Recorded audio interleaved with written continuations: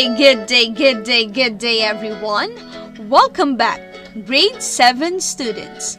This is your English class with Teacher Ross. How are you today? Are you excited to learn new things? Very good. Today, we will discuss phrases, clauses, and sentences. Let us begin. Let us start with phrase. A phrase is a group of words that stands together as a single grammatical unit, typically as part of a clause or a sentence. Let us have examples. On the table. This group of words has no subject and verb. Next. Finished the task. This group of words has no subject, only verb or predicate. Next. Christine and her friends. This group of words has no verb, only subjects. Now, what do these groups of words mean? It seems that we still need extra information to understand these groups of words. Very good. So these are examples of phrases. Remember, a phrase cannot stand alone. Does not contain a subject and a verb. Does not give a complete idea. And usually consists of an article, preposition, or noun. Now, let us have clause. A clause is a group of words having both subject and a verb. It can sometimes act as a sentence, but it is not always the case. Basically, we have two types of clauses. We have the independent clause and the dependent clause. Independent clause. An independent clause is one that can stand alone as a sentence. It requires no extra information to understand. It has a subject, a verb, and a complete thought. Example. Before mother gets angry, you should clean your bedroom. The independent clause here is you should clean your bedroom. This clause can stand alone as a sentence, even if we remove before mother gets angry. It requires no extra information to understand. It has a subject, a verb, and a complete thought. On the other hand, dependent clause is one that cannot stand alone as a sentence. It is called dependent clause because it needs to be attached to an independent clause. It is a supporting part of a sentence.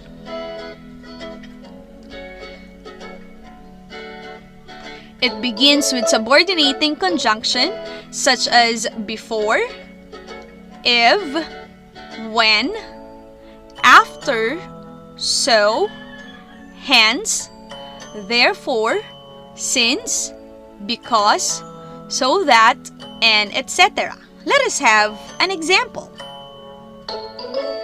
After I did my best to study, I received high marks.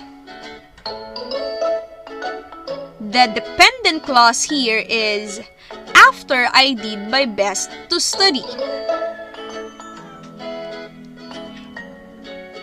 This clause cannot stand alone.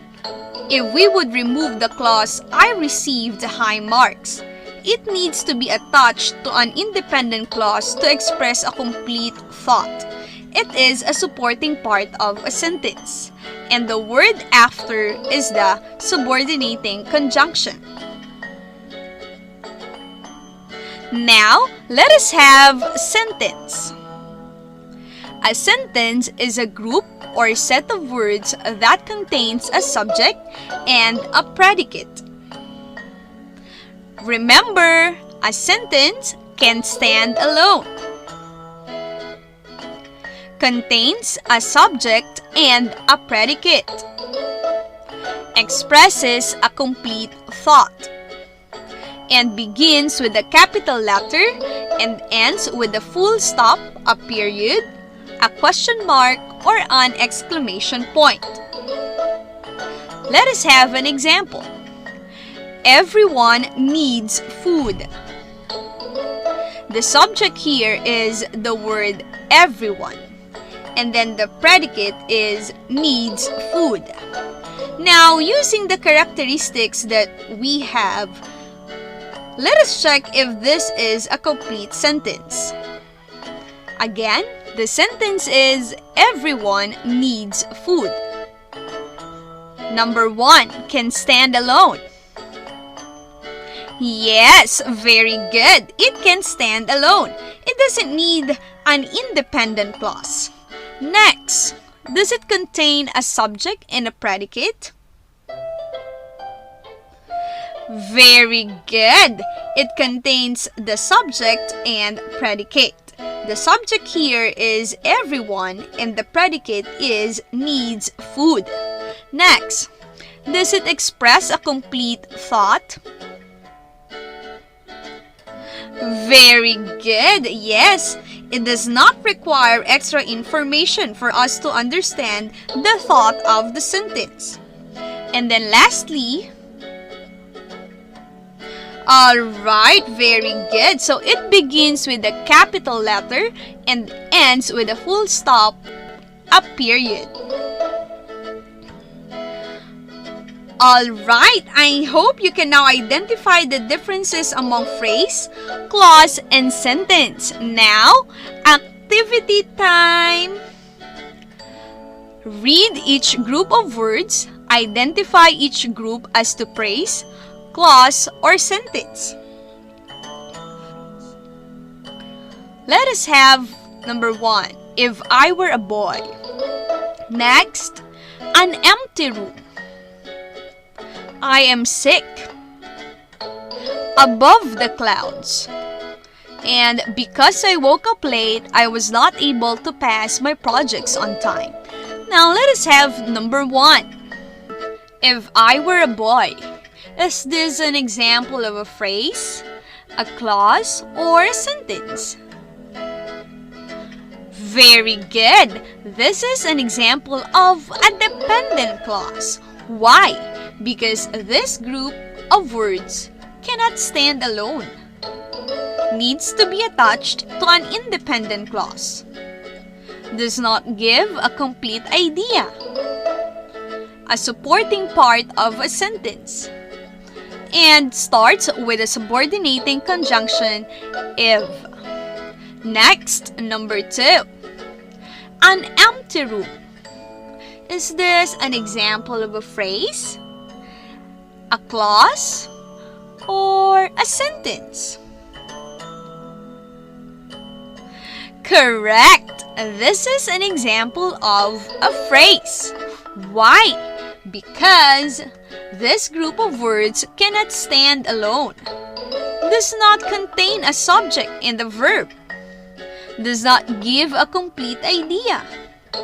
And consists of an article, adjective, and noun. So we have the article an, the adjective empty, and the noun room. Next, let's have number 3. I am sick. Is this an example of a phrase, a clause, or a sentence? Good job! This is an example of a sentence. Why? Because this group of words can stand alone. Contains a subject and a predicate. So we have the subject I and the complete predicate am sick. Expresses a complete thought. and begins with a capital letter and ends with a full stop, a period. Next, number 4. Above the clouds. Is this a phrase, a clause, or a sentence? Very good. This is an example of a phrase. Why? Because this group of words cannot stand alone, does not contain a subject and a verb, does not give a complete idea, and consists of a preposition, article, and a noun. We have the preposition above, the article the, and the noun clouds. Next, number 5. Because I woke up late, I was not able to pass my projects on time. Let us focus on the underlined group of words. Is this an example of a phrase, a clause, or a sentence? In this case, very good. So this is an example of an independent clause. Why? Because this group of words can stand alone, contains a subject, I, and the complete predicate was not able to pass by projects on time, expresses a complete thought even without the group of words because I woke up late, and can be considered as a sentence. Good job! You are a superstar. Make sure to be careful in constructing sentences to avoid misunderstanding. That would be all for today. I hope you learned something. Thank you and have a nice day. Stay safe. Bye-bye.